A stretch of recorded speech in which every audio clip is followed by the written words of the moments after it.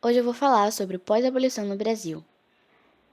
Vou trazer os principais pontos e vou trazer alguns outros elementos.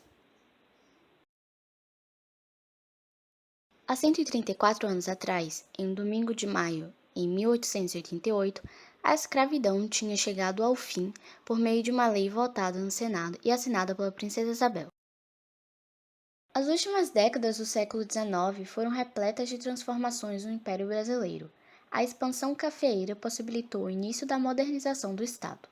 A participação de afro-brasileiros no processo abolicionista é algo que deve ser registrado na construção da identidade nacional.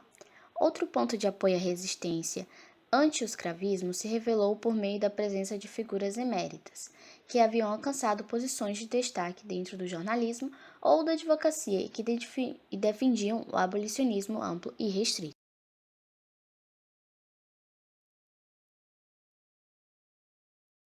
Vida dos recém-libertos. Os abolicionistas se preocuparam em lutar pelo fim da escravidão. No entanto, não se atentaram em criar condições para integrar as pessoas em sociedade. A situação dos escravizados libertos não ficou muito melhor do que era antes. Isso ocorreu porque eles não podiam trabalhar por conta própria, já que não possuíam terras. Nas palavras de Florestan Fernandes em seu livro A Integração do Negro na Sociedade de Classes, ele diz assim: o liberto viu-se convertido sumária e abruptamente em senhor de si mesmo, tornando-se responsável por sua pessoa e por seus dependentes, embora não dispusesse de meios materiais e morais para realizar essa proeza nos quadros de uma economia competitiva.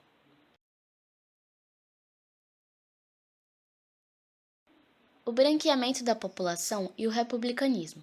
Como eu havia dito, muitos libertos não conseguiam trabalhos, pois preferia-se a mão de obra imigrante, principalmente nas cidades, locais em que o incipiente indústria se iniciava. O preconceito existente na sociedade brasileira em relação aos africanos e seus descendentes não lhes permitiu uma inserção econômica na sociedade, sendo comumente marginalizados. Melhor dizendo, isolados. Sabe aquela pessoa isolada? Então, foi o que aconteceu com eles. O que estava acontecendo era a tentativa de branqueamento do Brasil, que previa a introdução de mão de obra de europeus imigrantes.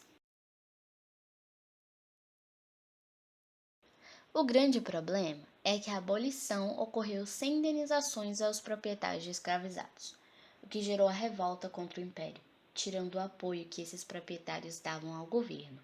Muitos deles sentiram-se traídos e passaram a defender a República. Como retaliação, nascem os republicanos de 13 de maio, fazendo alusão à libertação dos escravizados.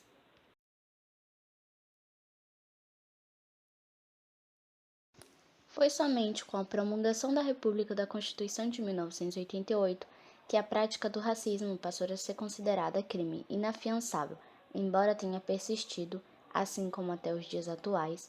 Em 2002, o Ministério do Trabalho libertou 2.306 trabalhadores escravos nas áreas rurais do país.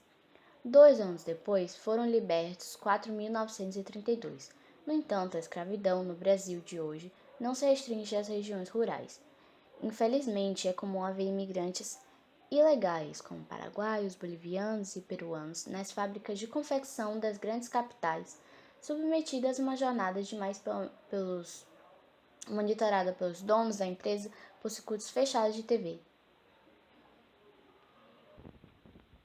Tá, vamos ver alguns casos recentes de racismo?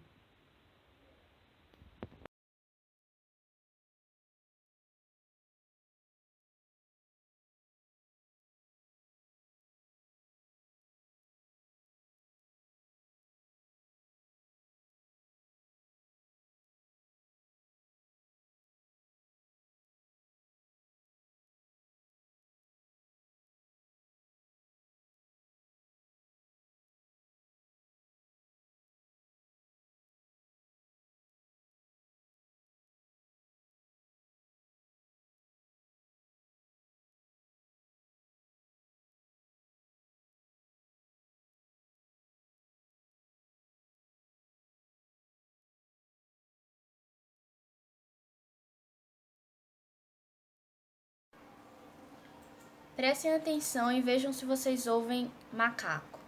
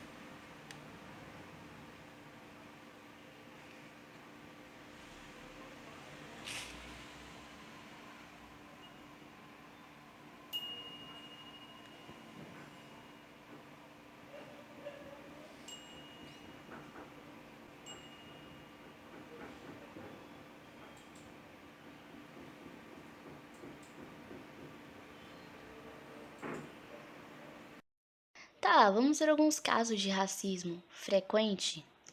Não, Você conhece esse jogador? não, O atacante Gabigol do Flamengo foi intimado nesta segunda, 14, a depor no Tribunal de Justiça Desportivo do Rio de Janeiro sobre o craque rubro-negro foi alvo de ofensas racistas na saída de campo após a derrota para o Fluminense no último dia 6.